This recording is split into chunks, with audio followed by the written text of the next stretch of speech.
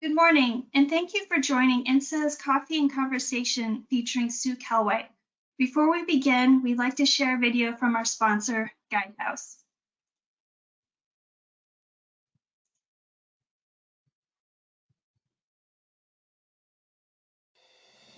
This is Guidehouse.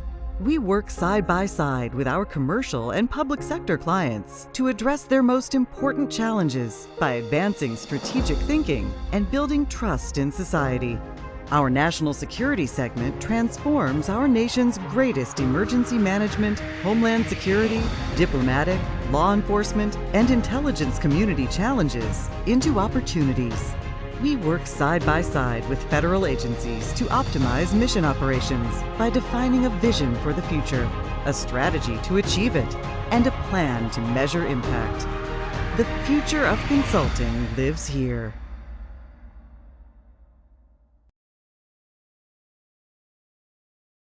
Now please welcome INSA's Executive Vice President, John Doyen.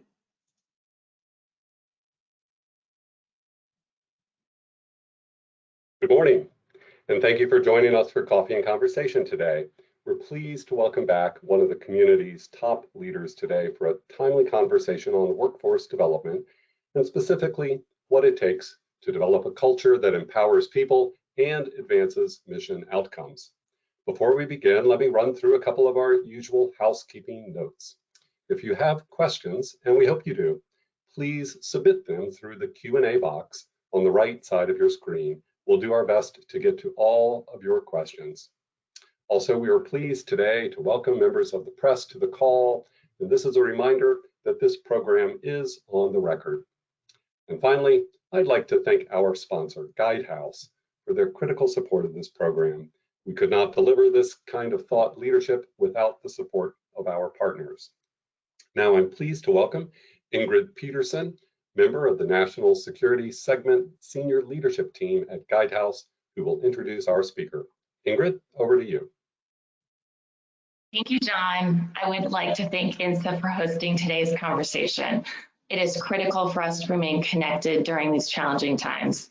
Similar to Sue's leadership across NGA, Guidehouse has also reaffirmed its commitment with the recent onboarding of a new Chief Culture, Inclusion, and Diversity Officer, who will be overseeing programs and initiatives to further enhance our strong commitment to fostering a great work environment that creates awareness, supports open exchange of ideas, and encourages a highly collaborative culture. During our prep call last week, Sue talked about culture as an underpinning of the mission, ultimately enabling NGA to achieve its moonshot. And we at Guidehouse couldn't agree more. We're taking the journey together, and I'm so thrilled to be a part of it. Now it gives me great pleasure to introduce our speaker. Sue Kalweit is the Senior Associate for Culture and Leader Excellence at the National Geospatial Intelligence Agency. In this new role, she is responsible for revamping NGA's leader development program to prepare its leaders at all levels with the skills and competencies needed for mission success. Previously, Ms. Kalweit served as a director of NGA's Analysis Directorate, where she has led the agency's geospatial intelligence analytic capabilities and resources and modernized analytic efforts. Her achievements at NGA have been recognized with the NEMA Outstanding Woman of the Year Award, the Meritorious Unit Citation, and the Distinguished Civilian Service Award. Welcome, Sue. I'm looking forward to what promises to be a thoughtful conversation. Over to you, John. Well, thank you, Ingrid, for that, and thank you for your introduction, and especially to Guidehouse for your support of this program. And now to kick things off with Sue, welcome as well from me, Sue. We're glad you're back with us, and you're in a new role, as Ingrid just shared with us. So I thought I'd kick off with a question. What do you like to eat for breakfast? John, that's a great question, and of course the answer is strategy. But that's right, culture strategy for breakfast. Strategy for breakfast. I also just want to add that I add plenty of healthful protein, carbs, and fats in order to keep me going all day long. That's great. Before we get into your new position, culture, which I'm really keen to hear more about and talk about with you. I do want to know, last April, you were joined us for Wednesday Wisdom. You were one of our first guests when we started this series back last spring at the beginning of the pandemic. And during the conversation then, you talked about how NGA was aiming to stay on course during the early days of what turned out to be the early days of the pandemic. So now, 14, 15 months later, can you give us a quick update and what is your agency's, what is NGA's posture and how you're doing coming out now from the pandemic? Yeah, thanks for that question. I can't imagine. Are you getting? Oh, we're hearing you. Okay. Yeah, I can't imagine how long it was going to be back last time when I was with INSA. So really appreciate the journey that we went through. And yeah, let's talk about where we are today. So first of all, I can honestly say when I go into the building, the garage is full. We are fully reconstituted.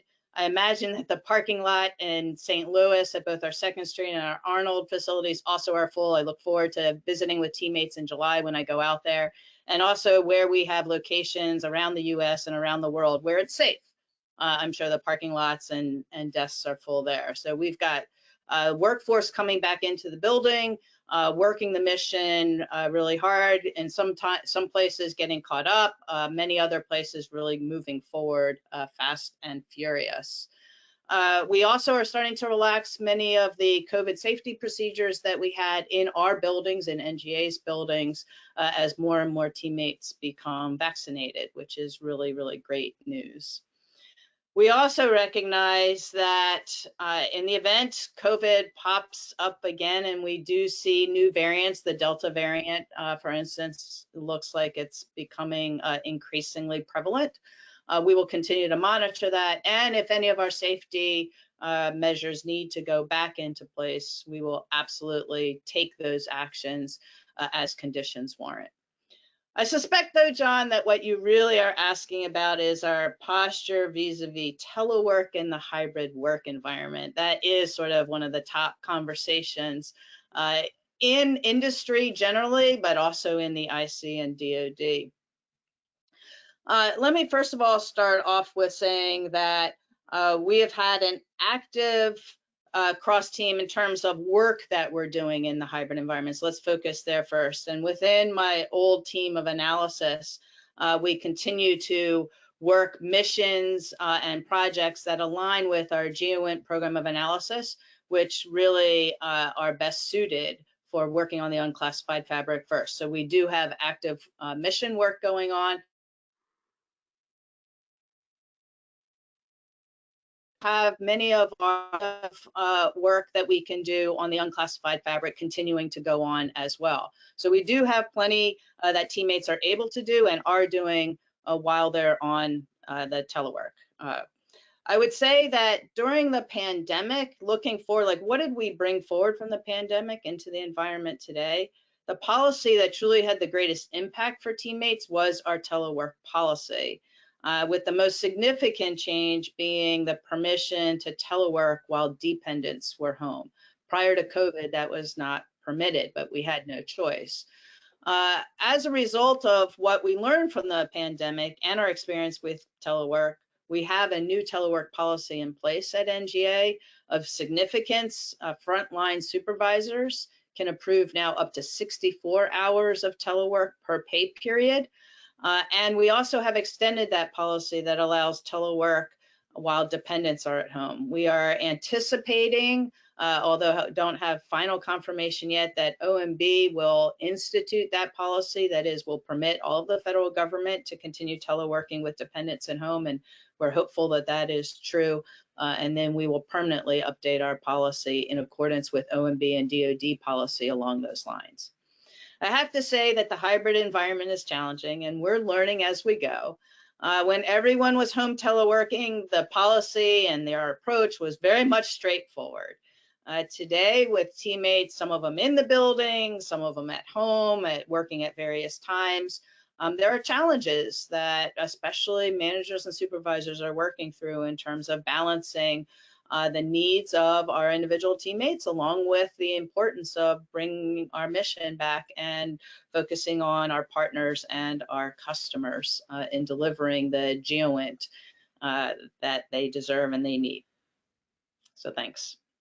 Thanks. Yeah, I was thinking for some in the workforce, every day is Bring Your Child to Work Day when you're working from home. For many, there's also Bring Your Pet to Work Day as a bonus. But yes, the culture is changing, and telework has been a big part of that. And so I'm really interested. Let's shift to where your new assignment is right now as a Senior Associate for Culture and Leader Excellence at NGA. What does that entail, and what is the culture you're focusing on cultivating? Yeah, thanks for that. And it's pretty exciting to be the first person in this role as the Senior Associate for Culture and Leader Excellence. So that means I get to craft it within the guidelines that the Director and Deputy Director have set. I'll go back to what Ingrid really pointed to, which is in order for us to fully realize all of our potential and successfully pivot to great power competition, and in particularly achieve our aspirational moonshot, it truly requires that every teammate across NGA, no matter what your work role is and no matter where you are physically, you are able to contribute what you are, who you are, to the agency and to the mission every single day. That really is all about culture.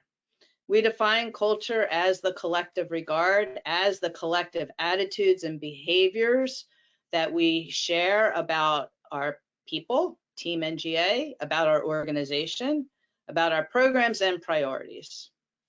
It's well known that culture is a key driver of organizational performance. And it's no wonder that this is true when culture is truly all about how people behave and how they feel about whether or not the work that they do and that their environment is motivating them to perform at their best. So it makes sense then that a healthy culture is associated with greater mission success, greater mission alignment, higher levels of performance, and happier and more engaged employees. So it's in that context that the Director and the Deputy Director of NGA created the position that I'm in and have charged me or asked me to conduct, first of all, an organizational-wide culture assessment. As an assessment that includes an action plan to evolve our culture in order for us to consistently reflect our stated values of who we are, as rooted in the acronym EARTH: excellence, accountability, respect, teamwork, and honesty, which also can be turned around to mean heart, which is really wonderful from a culture perspective, and also cultural values for how we work that are reflected in collaboration, inclusion, innovation, and agility. In addition to looking at our culture and doing this assessment, I'm also responsible for modernizing our leadership development program. And truly, leadership development and leadership period is very much intertwined with culture. And so it really makes sense that the Director and Deputy Director have brought together both the culture and the leadership development into one role from a strategic perspective to support our mission and our achievement of the moonshot, all based on creating an environment where every teammate at NGA can thrive. Thanks. So you're talking, I hear you talking about doing an assessment of culture, and I'm thinking, what does that entail? And as far as, exactly what do you assess? And then how do you determine, if you're where you want to be, or if do you have a goal, or how, maybe what would your metrics for success be, or what are you looking for? Yeah, John, that's a great question, and always on the top of everybody's minds when they first engage me on my role. Like, what is the culture that you want? So fortunately for us, because our core values and those other 4 values that we talked about are really ultimately about how we view ourselves and work as Team NGA, our core values and the values of collaboration, inclusion, innovation, and agility became the lens through which we assess our culture. So our aspirational culture is to behave consistently every day, every teammate, in accordance with those values. So with my collaborator, Alex Glade, who is a Presidential Innovation Fellow at NGA, we are conducting this assessment to determine, one, what is the current health of our culture? That is, what are the healthy aspects that reflect those values? And then secondly, looking at, so where are we not behaving, acting, having attitudes that are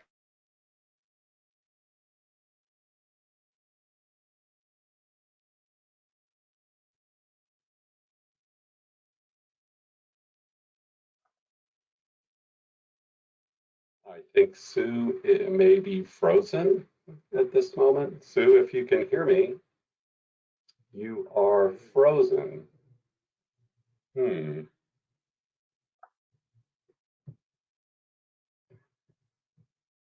So we will, we'll see what we can do to get Sue back with us and continue this conversation about the culture at NGA. I know we had some time in our virtual green room ahead of the program, and we were talking about culture, and I was talking about my previous experiences and career at the National Security Agency and some of the culture at the National Security Agency. A number of years ago, there was a big agency-wide activity called NSA 21 that looked at stem to stern, was NSA aligned for the future. And at that time, a critical part of that was the culture. We had a piece looking at the culture of NSA, and our culture was at the time very identified sort of by clans, you know, the mission, or you do cryptography work, then you're a Crippy. If you are SIGINT operations, you're a SIGINTer. If you do cybersecurity, you're a cybersecurity professional. No one was really identifying as an NSA officer. So we talked about that at NGA. There's some similarities as well. And so how do perhaps your culture is, in fact, to identify with your mission skill. So we will, my team's sending me some messages here. They're saying they're working to get Sue back online with us. And so that's encouraging. And so we hope that that'll happen soon. But when she does get back, I know she was talking about NGA's culture. It's been, they have indeed been leaders for the remote telework across the IC. And I think that they've probably been the one IC agency that was able to quickly institute a telework cadence for their workforce. And it's been exciting to see how that big element of that was the leadership piece. I know that Admiral Sharp, the director of NGA, and Stacy Dixon, the deputy, and Sue, and the entire team there really embraced. Can you hear me? The telework aspect. Yes, I hear Sue. Welcome back, Sue. Yeah, thanks. So I think I've got voice, but I'm having some problems with the webcam. But if we're okay to continue with voice, why don't we move forward that way? Great. Well, welcome and thank you to our audience for sticking with us here. And we've got you loud and clear, Sue. So let me maybe move ahead and talk about another aspect of your role, which is leading NGA's leadership development program. And we're curious, how is that program going? Is it living up to its potential? Are you making changes to it? What's happening in that space? Thanks, John. Apologies to everybody, the problems. One of the things I wanted to emphasize about our culture assessment is that we're discovering much of our root issues lie in skill sets that are lacking around empathy, listening to understand, coach-like skills. What we've discovered as really the neuroscience skill sets based in cognitive and behavioral, the cognitive and behavioral sciences, which are really formulating since about 2006, 2008, sort of the latest must-haves for leaders. And this is also influencing how we're looking at leadership development at NGA. So my responsibility to look at what is the current state of leadership development and what do we need to bring leadership development into the 21st century, and specifically supporting our 21st century mission, a mission that has much complexities, has a diversity of skills that we need to bring to bear and experiences that we need to bring to bear, and what is the kind of leadership that we need for that. So I'll tell you that our current leadership program has a very robust list of courses for leaders at all levels in NGA, and it's based on a competency model that we've researched and developed over several years. Where we're taking the program next is to broaden the reach of the learning so that teammates anywhere at any time, including in the pace of work, I really could use some leadership knowledge, sort of a knowledge bomb around leadership skills, can access that information. So we're talking about having both formal courses as well as informal learning through podcasts, YouTube videos, professional journals and articles, and more, accessible and available anytime, anywhere.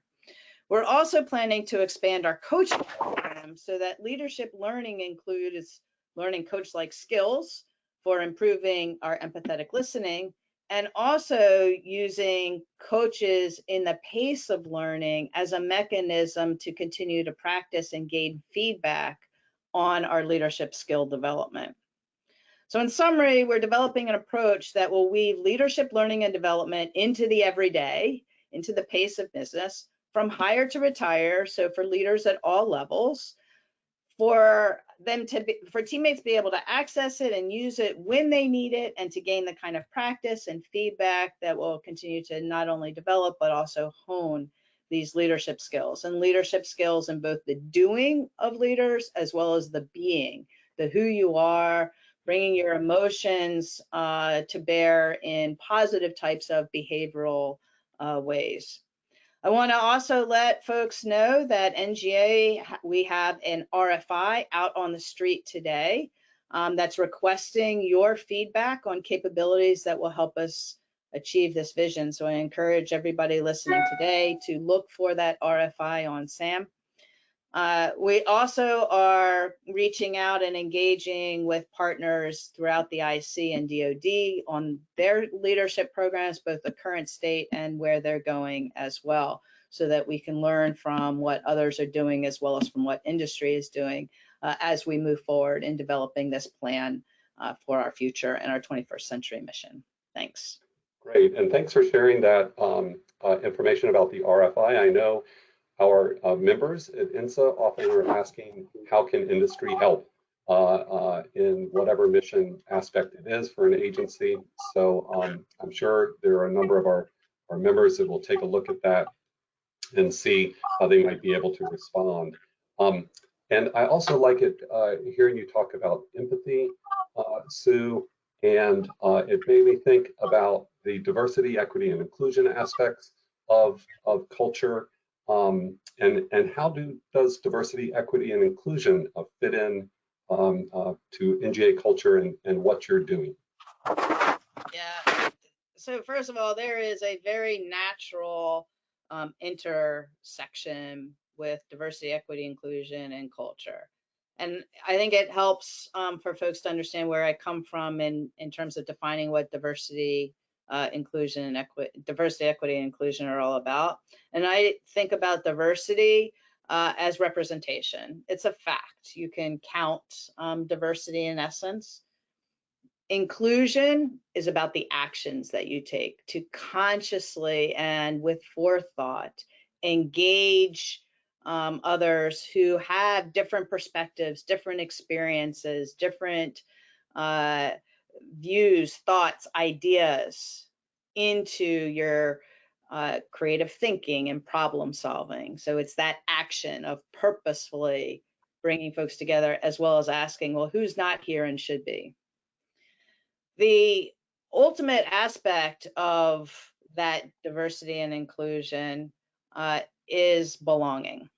And belonging is the feeling that as humans we have when we say, hey, I'm really valued here. I belong here. This is important. I feel like I'm important. And I'm important to be part of the team. I'm important to the mission. I'm important to what we're doing for our nation. And it's those areas of inclusion and belonging that are underpinned by equity, so making access equitable for everybody, engagement equitable for everybody, but it's that inclusion and belonging where culture and DE&I overlap. So I'm very much focused in our culture assessment, Alex and I are, in ensuring that we're looking at root culture issues that impact our ability, that impact our inclusiveness and our feelings of belonging in the agency. We get at those root culture issues, we truly will bring diversity, equity, inclusion, and culture to a much higher place and really create that environment where teammates thrive and our mission excels at its peak performance. Great. Hey, I'm thinking, you know, as you've been in this position for a number of months now, and from your last job in the analysis, well, your career, I guess, what are some of the lessons that you've learned, well, especially as the director of analysis, that you are able to apply to the work you're doing in your current position?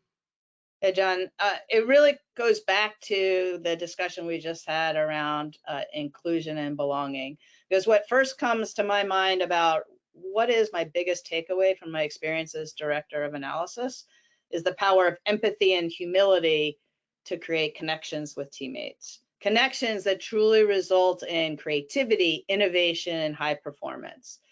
It was what I experienced and saw in so many ways during the pandemic. The other lesson that I take away and what I learned as the director from analysis, and also during my time in industry, is the power of working with and through others. This is about the inclusion piece, right? My team in my current role is small. There's 6 of us formally, and our task for both culture and leadership development is absolutely huge. So Alex Glade and I enlisted the help of many, many teammates across NGA by working with and through our employee and supervisory councils, our diversity and inclusion councils, our NGA professional network, our core values working group. Those become the representative bodies of Team NGA and the folks who truly also are the volunteer army for making NGA a better place.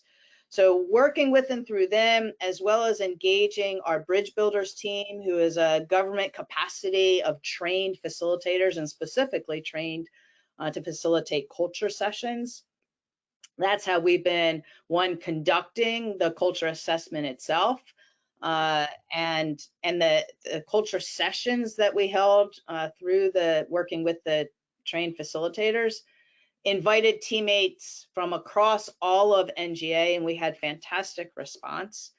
And as we have been working through that information, along with a quantitative analysis that we did from our employee engagement survey, the root issues needed recommendations for solution. And that's where we went back to that volunteer army from our councils and working groups and asked them to collaborate with us in a 3-day virtual Jamboard session on solutions and actions against those root issues. So it truly has been an effort of engaging and across NGA and working with and through others to achieve our ultimate end goals here, which also means that the recommendations that we'll put forward include recommendations that these councils and working groups have agreed to take on, as well as recommendations that our senior core will agree to take on, so leadership, and then finally some recommendations that from an institutional level are changes that we need. So we've gone from bottom to top and top to bottom and always sideways in both engaging to understand our culture, as well as what the action plan will be for implementing the kinds of changes that are needed to evolve our culture to become most representative and more representative of our core values. Thanks. Hey, so we are getting some questions in from the audience, so I think I'd like to start to get to some of those. And I'll start with one from Marianne Brogdale with KPMG. And she asked, how is NGA adapting to return from work and balancing mission needs with employee concerns? Yeah, thank you for asking the question, Marianne. And you know, I'll sort of probe a little bit or make some hypotheses around the concerns, the employee concerns. I think that the mission needs are clear, which is the vast majority of our mission work in source and analysis in particular is on the classified side, though I will emphasize that source does have a very robust unclassified portion to its mission. But focusing on that large mission on the classified side does require us to come in and leverage the data and the tools that we have access to inside the building, and with our partners also being back in the building and back on the classified fabric, our partners and customers, we have to be sure that we're connected with them. So there is an imperative from that mission standpoint. At the same time, we have teammates in the mission and analysis and source, as well as in many other areas of our organization. CIOT is a great example of this, where access to tools and data is more available, easier accessible, and more effective to use outside the building. So whether it's telework or what telework is the obvious means. So there is a mission part that we've learned through COVID that we can do more effectively. And teammates are still balancing dependent care issues or other home life issues. And teammates are also wanting to be able to better balance the commute and traffic and the, you know, their work-life balance, and so are wanting to also telework. The challenge truly is around supervisors and managers learning how to best manage a team that is in different places at different times. It's one thing before COVID where we had teams that were split between the East and the West. At least everybody was accessible on the same network. Now we have teams split between East, West, and home, and that also splits us into different fabrics. And so it's really learning how to think about the mission in a way that engages the whole of the team and balances both what's needed to accomplish there, as well as what teammates individually need, both for their work as well as what they're seeking for their own personal lives. It is truly a team by team kind of decision. It is not something that you can broadly tell all of Team NGA, here is the policy. And in fact, what the guidelines, sort of the left and right boundaries that the director and the deputy director of NGA have set is to tell us as senior leaders, look at where is the data, where are your customers, where are the tools and technologies, and then set the right conditions for your teammates and teams to be successful knowing how they, what they need to be most successful, both in person, as that is personally, as well as with the tools and technologies for them. It's complex and Okay, thank you for that, Sue. Let me ask another question. This question is from Sarah Bracken, who is with River Tech, and also River Tech participated last week in our 8A National Security Showcase, so it's nice to see them tuned in today. And Sarah asks, how do you see the NGA culture changing with the demonstrated success of telework in the last year? Yeah, so I think that, again, with culture being about the collective regard, those collective attitudes and behaviors, one of the things that we saw during the pandemic is an increased creativity and innovation and collaboration that occurred when teammates felt that there was no specific guidebook on how to do this, and therefore we have to create it. And so we learned how to reach out and engage with teammates outside of our own organizational boundaries. That sort of approach, I think we are taking back into the current work and thinking about how do we continue that sort of collaboration across both skill sets as well as boundaries. In terms of telework specifically, what we learned in terms of access to data and tools, which I had mentioned before, and continuing to leverage those tools and data, particularly in our human-machine teaming areas, where that data and the algorithms or the kind of processing that pre-processing that we can do on the unclassified fabric to then send up was incredibly efficient and effective. Break.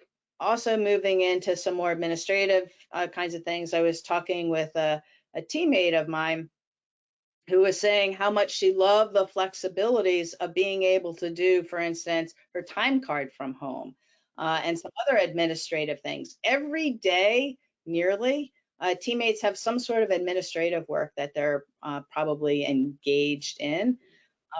And supervisors too around the performance management system. NGA has put our time cards on the unclassified fabric. We are moving more of our performance management tools onto the unclassified fabric, which now means that teammates can start really thinking about, hey, why don't I balance my day in terms of a couple of hours of telework either at the beginning or the end of my day to what my perhaps home needs are, in taking care of those administrative things through the tools that are available in the unclassified fabric, and then going into the building to take care of the work that has to be done on the classified fabric. So those are, and as I said, this teammate was very grateful for the ability to do that kind of balance as it has been helping her with her young children that she has at home, be able to better balance the return to work. Great. Hey, I've got a couple questions here that are asking for what I'll sort of categorize as some advice, maybe some practical things people can do. And one is from one of your teammates at NGA, Matt Lynch, who asked, what's the best way to support the shifts in culture at the grassroots level, either as an individual, with a colleague, or a first-line supervisor? Yeah, thanks, Matt, for asking that question. You know, it really comes down to how we humanly interact with one another. So at the grassroots level among teammates, purposefully thinking about who are we including and who haven't we included that we need to include in this project, in the problem solving against whatever the issue is or the project is that we're working. So being purposefully inclusive of teammates. At the supervisory level, it is adding to that idea of inclusion, both from the standpoint of who haven't I selected to either give a special briefing or for a training opportunity or for some other opportunity that helps develop teammates in multiple ways. And so this is addressing also the question of how do I ensure broad opportunities for everybody and not just go consistently to the same people because that's the easy answer, or it's who I think of first, and pausing for a moment to think, who else should I offer this opportunity to? And developing our skills around empathy and listening to understand. And this is one that the culture assessment in particular is pointing to as a critical skill development area for all of us at NGA, particularly among supervisors, managers, and senior leaders at NGA, which is when teammates are coming to us with a problem or a need or a question, rather than responding with the first thing that comes to our minds, pausing for a moment and really asking the open-ended questions to make sure that we're fully understanding where that teammate is coming from or what that teammate is asking for. Because oftentimes what they're asking for is on the surface sounds obvious, but actually underneath is another question. And when we can engage humanly in ways to truly listen to understand and connect with teammates one-on-one, we create the kinds of relationships that build trust, that promote inclusion, and ultimately fill us with the energy and the excitement to be creative, to solve hard problems, and to work collaboratively together. And that's what's going to fuel our mission. Great. Yeah, I think we have time for one last question, and that is going to go to Paul Incolt. And Paul asked, leaders recognize the power of culture, and they always talk about its importance, but it's hard to find concrete actions agencies have taken to improve culture. So this gets back sort of to the advice type of question. Can you offer some ideas that you and your team have considered as potential actions to really shift the culture? Yeah, thanks, Paul. And it's good to hear from you. So first of all, let's point to what have we discovered as part of the healthy culture in NGA. And it starts off with the director and deputy director, and it starts off with their behaviors that show teammates that they care about the teammates, that they care about them as humans, that they care about their safety. And once that connection is made, then teammates also recognize the power of the director and deputy director's leadership in guiding us through these last year of turbulent waters, and also some of the uncertainty and great challenges that we have before us in this pivot to China and great power competition.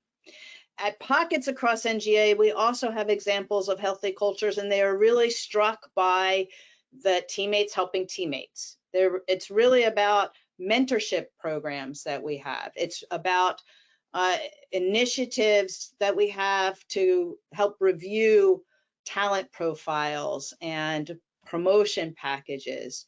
It is initiatives for micro surveys at the team level that are giving peer recognition. So teammates helping teammates is also examples of the healthy culture, which really all of this comes down to, it's about how do we put in place those actions where we all can really start to relate, respect, and understand each other at a human level. So we've got grassroots actions that we'll be putting forward as part of the culture session, where, as I talked about before, those councils and working groups are going to continue to grow and build on working groups, on mentorship, on helping teammates talk better with one another and engage in ways we're calling them brave conversations or brave spaces, creating those spaces where teammates learn how to feel psychologically safe and talking about issues, whether they be issues in our world today, racial justice typically comes to mind, or whether they're issues about our own performance, but helping us create the language for those psychological safety and conversations. In addition, we talked about the leadership initiatives, so our senior core taking on initiatives where they also create mentorship programs and opportunities to engage humanly with teammates and helping them understand how, what the strategy is and where we're going, and listen, ultimately listening to the workforce and bringing the workforce into the work and the problems and the strategies that they're doing. And then finally, there are institutional changes. We're looking, NGA is in the midst of reimagining its career services and reimagining its performance management and our culture, as well as the leadership development program. And our culture assessment has certainly pointed to things that are structural about those three programs today that are influencing culture problems that we have. And so through these reimagine efforts in those three sort of institutional programs, we will address root culture problems as well. And again, it's about creating a human-centered, values-based approach to who we are and how we do our work. Well, Sue, that's going to be the last word. We are out of time this morning. I want to thank you so much for joining us today and for all of your thoughtful insights. Thank you so much, John, and thanks Ingrid and Guidehouse and INSA for hosting. Thank you. And for everyone who was able to join us and watch online today, thank you for taking time to do that. And again, I'll echo thanks to Guidehouse for supporting this program. As the webinar ends, there will be a short survey that pops up. Please take a few moments to complete it and let us know how we did. And looking ahead, do want to let you know that tomorrow afternoon at 4:30, we will host Major General Michelle McGinnis, the Deputy Director for Commonwealth Integration at DIA, as a guest on Wednesday Wisdom. And on Thursday, we'll be holding a panel discussion focused on remote work and the national security mission, which will include an NGA analyst, and we'll touch on some of the culture issues that entails. After a break for 4th of July, we'll be back on the 7th of July for a discussion with Rear Admiral Mike Studeman, Director for Intelligence out at Indo-Pacific Command. And then the week of July 12th, the 12th to the 16th, we'll hold our new IC Empowering Women and Engaging Men virtual symposium. Finally, look for an announcement. We are opening registration for the William Oliver Baker Award Dinner, which will take place on Saturday, September 25th at the Omni Showroom in DC.